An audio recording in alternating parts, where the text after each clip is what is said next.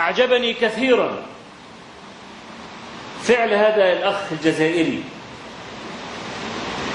مع الجنسية الفرنسية لما فرنسا أعلنت حظر النقاب في الأماكن العامة.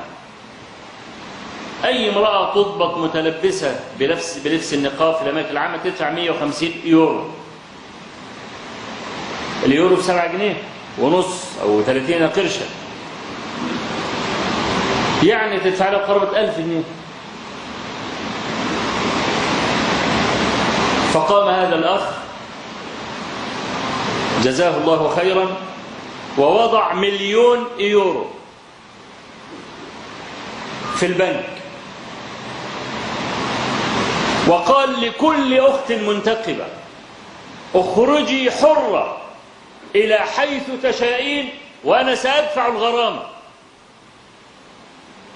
ووضع رقم الهاتف وأعلنه على الناس جميعا.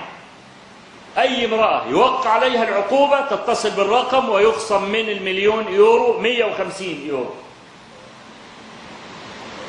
هذا في نظري رجل هزم دولة، رجل واحد هزم دولة.